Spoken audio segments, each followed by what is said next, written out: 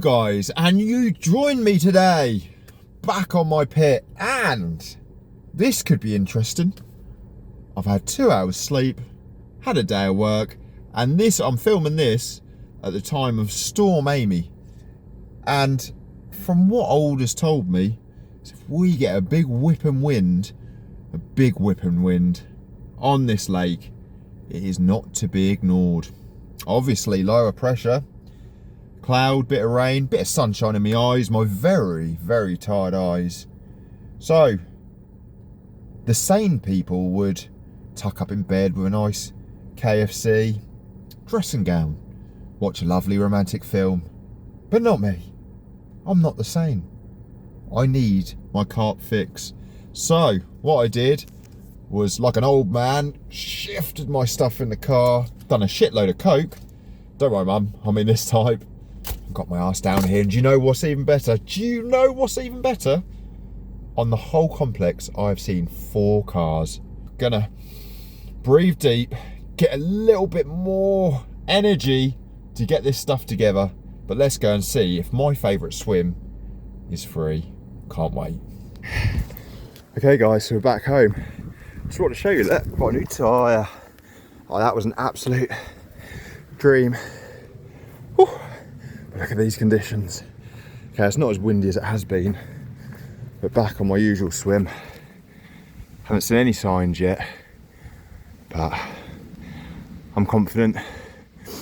No one along that bank again, and if you've watched my videos where there's no one been along that bank, usually good sessions. Literally just 2 people up on peg 1 and 2. So it's time to get the marker back out around here, get some bait out. I was going to set up the bivvy first, because actually in my neck of the woods it was a hell of a lot windier than this, but that's a fair wind. I'd like a bit more, and it's going to stay consistent tonight. Oh, bloody hell, that 2 hours sleep, work, sesh, life. Whew. But anyway, I'm going to count my steps, because what I've done to make sure I'm totally accurate is counted how many steps from this wood to how many wraps I need to be out. So I should imagine about 7.5 wraps. And let's get a load of boilies round it. Come on.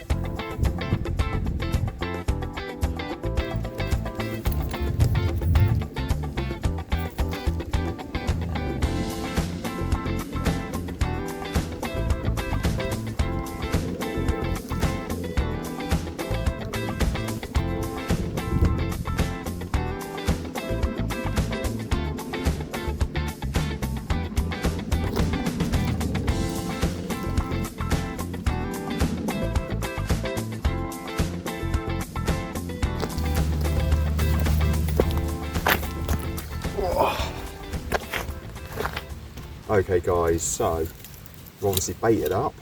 It's always good to bait up first. Sometimes, well, back in the day with my fishing, a lot of my fishing, unless,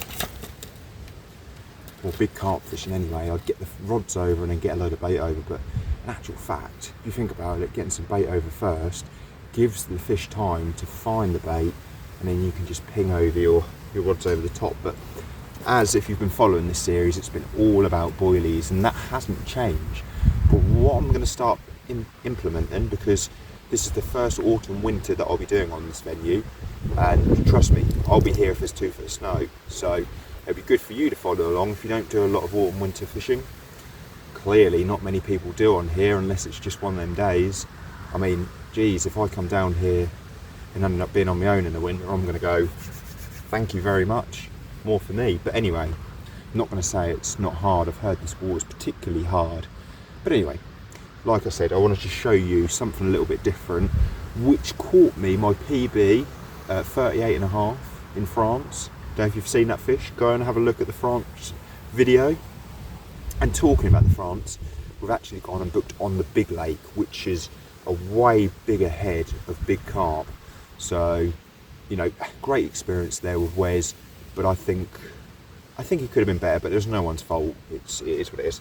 Anyway, I digress. So what I'm going to start implementing now over the next few sessions is just get a bit of naturals in, just see whether that gets a quicker bite. And what I'm going to do is do it on the middle rod. Okay, granted, like if the fish come left or right and the middle rod goes, then obviously that's tripped the fish up quicker, but I can't guarantee it hasn't come from behind where the wind is pushing that bank. But I think the middle rod, it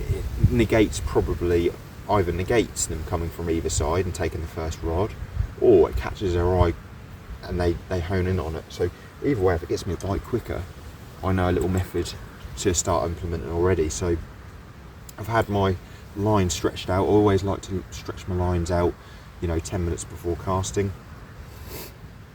Just get everything straight. I mean, with this, this is 25 boom. I've been using 15 boom, and I must say it's just a bit clunkier the 25. I'm not as much of a fan of it, I don't think, if I'm honest. 15 is perfect for what I need, but nonetheless we'll go with it. So I've stretched all that out. Let me just show you, let me just get that perfect again. So I'm using the camouflage leads. Now I've still got the silk coloured hit and run leaders. Now these leaders are brilliant, they're ultra fish safe. This means you can push this right tight, and if a fish ever breaks you off, let me show you, that section runs through. So you can fish this ultra tight. If you don't want to drop your lead, you can still fish safely. And if you've got any questions about this particular leader, just pop it in the comments and I'm happy to answer, and I'll show you where they're from. Brilliant, these. So yeah, I'm going to fish these just to blend in a little bit. Now you might say, well, is it silty out there? It is a little bit further, so I'm not going to be ultra camouflaged, but well, granted, we're going to be about an hour into dark soon, into dark about an hour. So yeah, and then on my favourite, just my favourite rig now, the stiff multi-combi, bang, look at that, nailed. And then, like I say, talk about naturals, that this is exactly the same bunch that hooked me my PB carp. I've changed the hook obviously, like that, and that I've watched that in the water, that sits up lovely on top of that hook like that, perfect. And I'm just going to put a bit of pineapple goo over the top, just to give it a bit more, just to give the water a little bit of flavour, do you know what I mean? And yeah, we'll see. We'll put this on the middle rod, like I say. If it goes first, I mean, I can't guarantee it's not just from a fish coming from behind, but I don't know, let's just try it, Boilie has worked so well here, and that's what I fed, as you've seen. I haven't done anything else.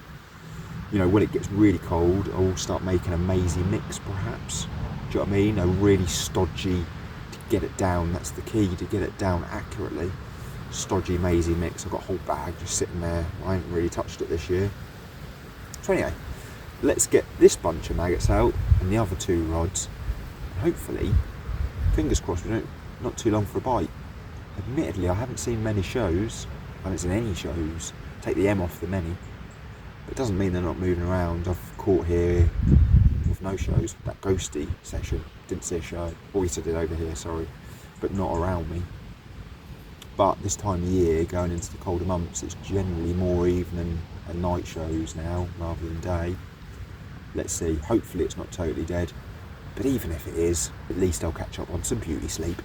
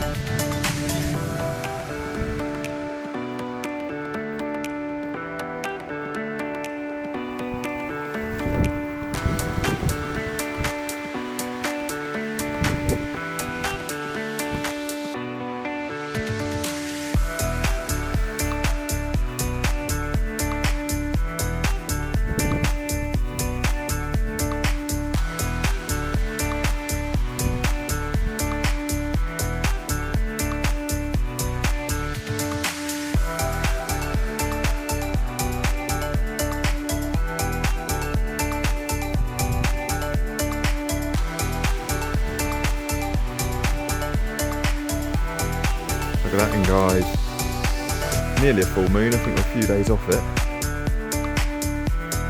And the experts say a couple of days before a full moon is when you generally see the big ones, right?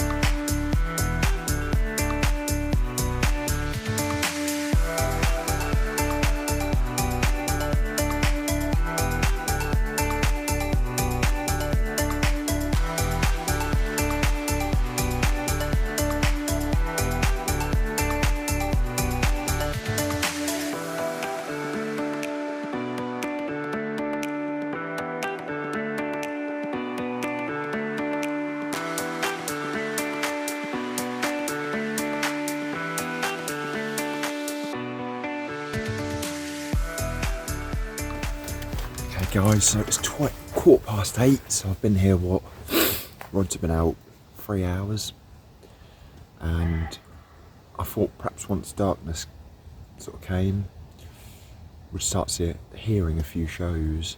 That moon is proper bright, proper like that, and yeah, very quiet.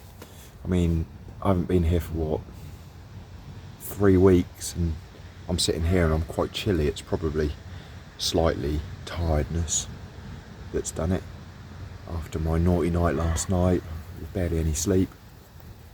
So to be quite straight with you, I'm more than happy to get zipped up in the bivvy now and get a bit of sleep. Monk Jack barking away over there, had some fireworks a little while ago as well, but yeah, very quiet. So let's see. I have fished here where I haven't seen any shows before, and it just suddenly comes alive, so hopefully that's the trick. But yeah, anyway, although it's only 8:15, I'm going to get zipped up now, like I say, get some sleep in, and see whether I get one of the best wake up calls in the world.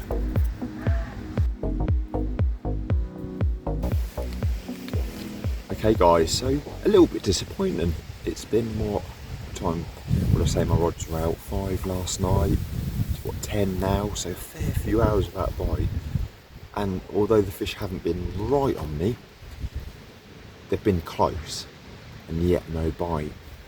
Now some of you who haven't been watching along with the series so far are probably thinking, why don't you just wang them over to where they're showing?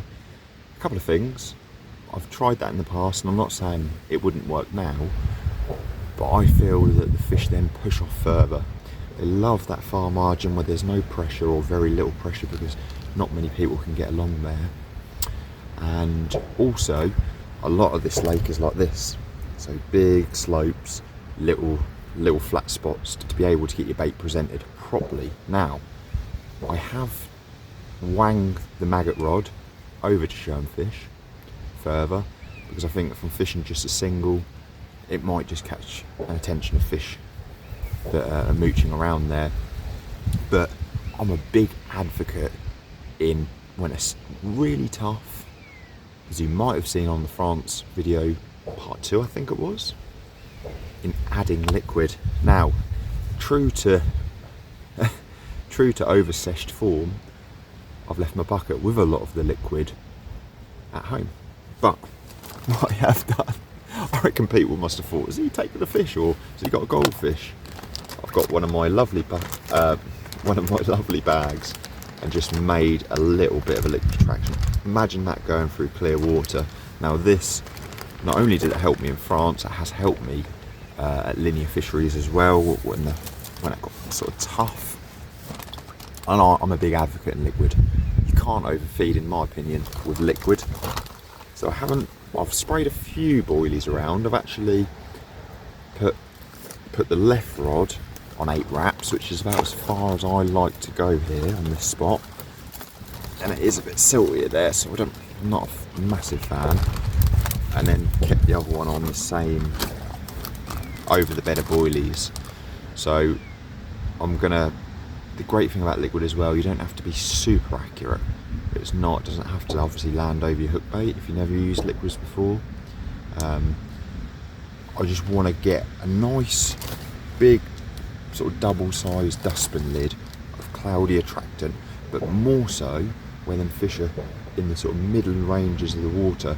I I want that liquid to flow down nicely, and hopefully they pick up that and then start following and push further, come over the bed of boilies, because there's still got to be a bed of boilies out there, or they might have just got very unlucky and they've sussed me, possibly. But I don't know, there's still got to be a fair few boilies out there, I believe, so I don't really want to be adding too much in the way of boilie. So this, you know, hopefully might push them fish off. The shows have slowed, which is typical for this time of day, but yeah, I'm going to get spomming this bag of liquid. So if you don't use if you've never used liquid before, you can easily make it with boilie. I've used 2 mils and just let them soak for a couple of hours before. But all I've simply done here is the same boilies I'm using my hook bait. I've smashed them up to a nice crumb, and I've also added some amino smoke in there as well. I haven't got like the spod mix, spod syrup and stuff like that, unfortunately. But all I'm worried about is getting a scent trail in the water, getting around my 2 rods, nice and cloudy. It's all going to filter down them little bits. Hopefully, you know, might spur on a bite. Hasn't done me wrong in the past. Let's see. Let's see if that does indeed get us a bite.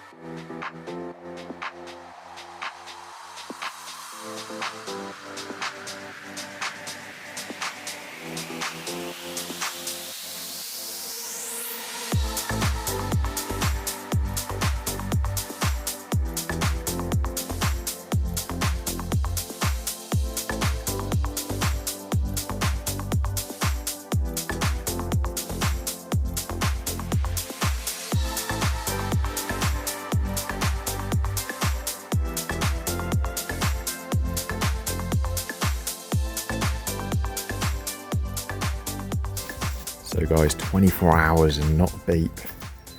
And as you can see, got the stuff packed away into true carpy form.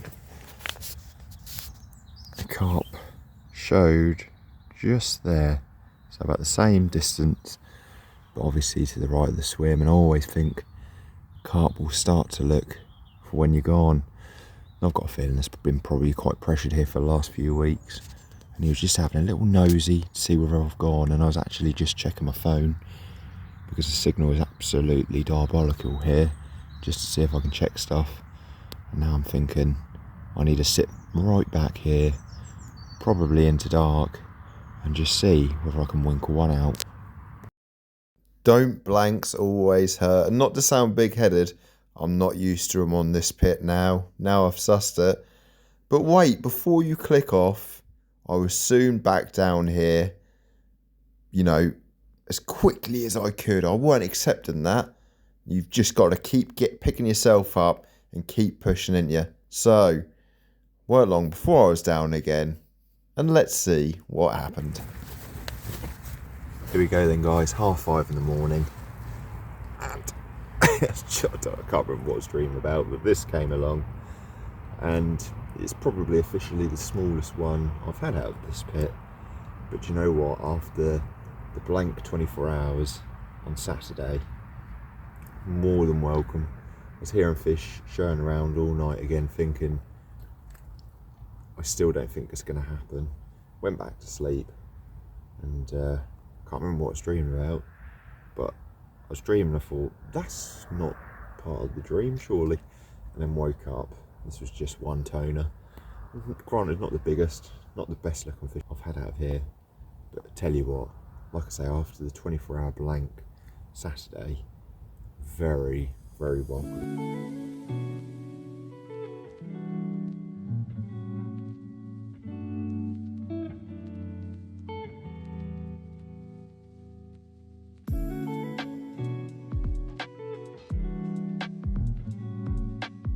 So slightly better than the session that I blanked in, albeit not the best looking or the biggest carp that I've had out of here, or I know that resides in here.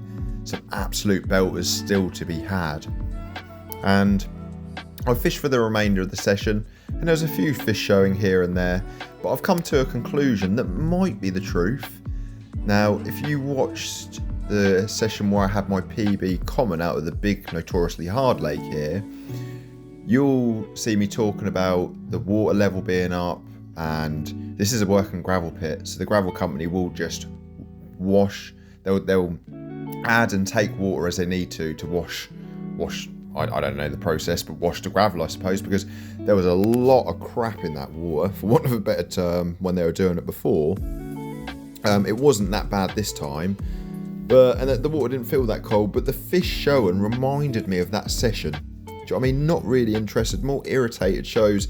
And if you're a fish keeper, you know, pond or tank, you know if you get your pH or temperature wrong, your fish ain't playing ball with anything. They're distressed, and that's kind of what they look like. And I'm not being a typical fisherman, typical angler, making excuses, but I dare say that that might be a reason. Now, next time, I plan to go on a different swim, one which I haven't actually, I fished once right at the start when I was flitting around trying to work it out, so it's going to require the marker float. It might, according to the bailiff, require me to go to 22 wraps, and I'm going to be trying a method that I wouldn't generally do until it's really cold. I'm probably talking end of November, but there's a reason. Now, I've seen fish here religiously day in, day out of my session on this particular spot, and it's a swim not really taken by many anglers, so let's give that a go. And I'm not going to let the cat out the bag about the method. Oh, might be a bit clue there. But yeah, just if you want to, follow along. It won't be long till I'm down here doing it, and let's see if we trip up a few more carp. But for now, tight lines on your next session. And as always, thanks for watching.